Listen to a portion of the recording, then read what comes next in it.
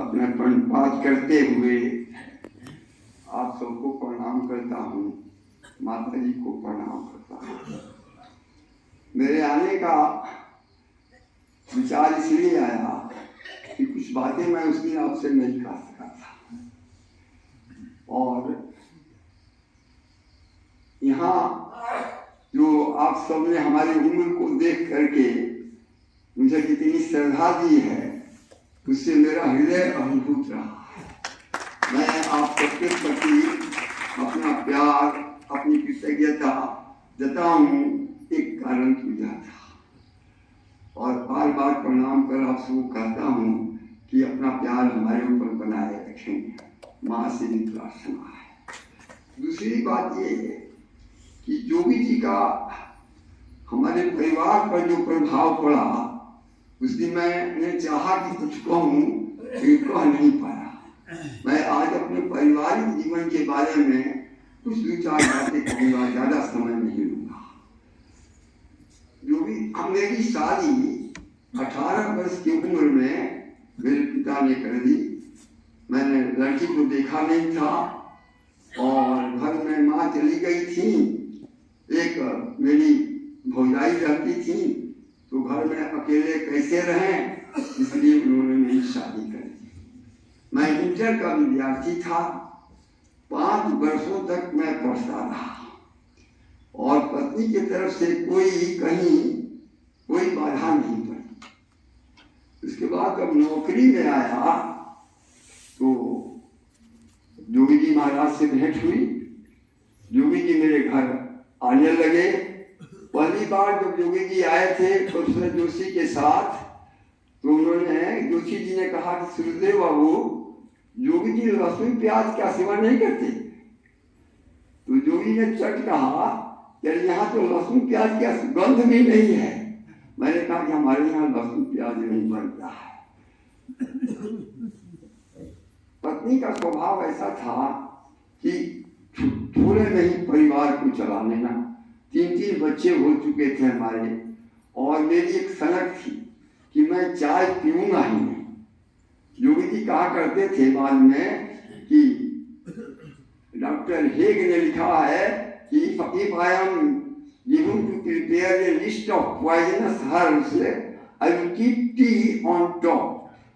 लेकिन जोगी से मिलने के पहले ही मेरे मन में यह बात आ गई थी कि चाय पीने की चीज नहीं है, और आपसे कहूं कि मेरे जीवन में मेरे ओठ के नीचे चाय नहीं गई।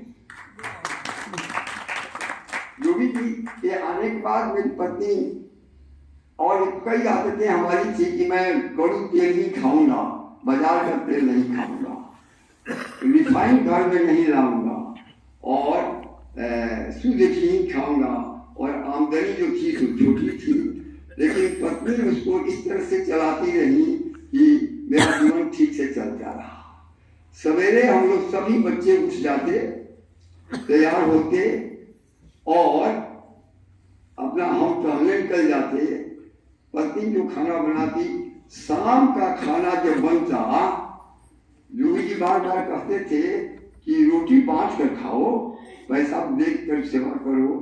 तो पत्नी एक थाली में रसोई सजा करके, और एक किसी अपने लड़के को भेज देती थी।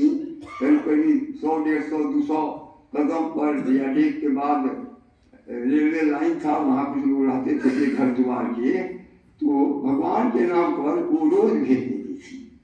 जब तक 10-20 मिनट में वो बालक दे करके आता, हम लोग बैठ करके भगवान का नाम लेते, माँ की श्री राम नाम का कीर्तन करते, और तब हम लोग पूरा आदमी बैठ कर एक साथ ही खाते। पत्नी के साथ एक और बात थी कि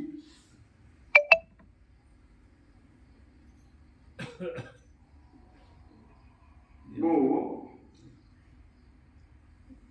कभी अपनी, हमारी भौजाई थी, तो उनका स्वभाव इतना मिलनसार था कि वह कभी अखड़े नहीं किसी लड़के के साथ। उसके बाद हमारे बहुत बच्चे हो गए, कहा है मैंने कि 4 बच्चे और 4 बच्चियां हो गई, और मेरी नौकरी थी घूमने फिरने वाली, आज इस स्टेशन पर, कल उस स्टेशन पर, और एक मैंने प्रण कर लिया था योगी जी से आने के मिलने से पहले ही उस पर बल मिला योगी जी से कि 12 बजे दिन तक मैं मुंह में कुछ नहीं डालूंगा,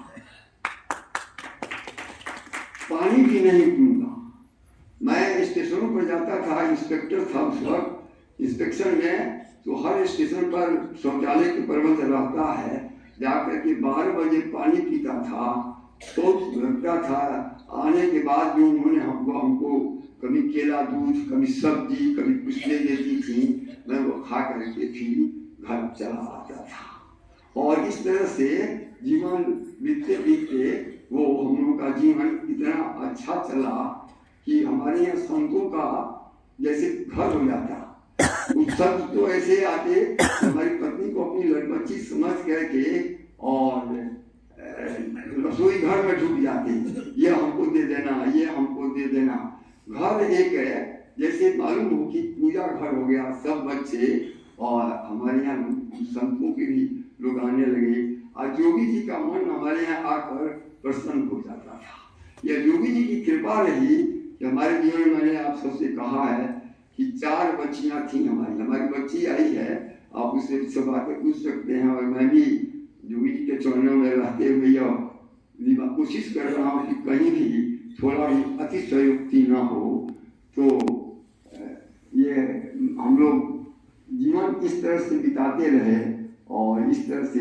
तो मैं आप सबसे आग्रह यही करना चाहता हूँ कि योगी जी की बातें सुने, समझें और समझ कर उसके अनुसार चलें। इससे ज्यादा समय। आपकी लड़की किधर है? लड़की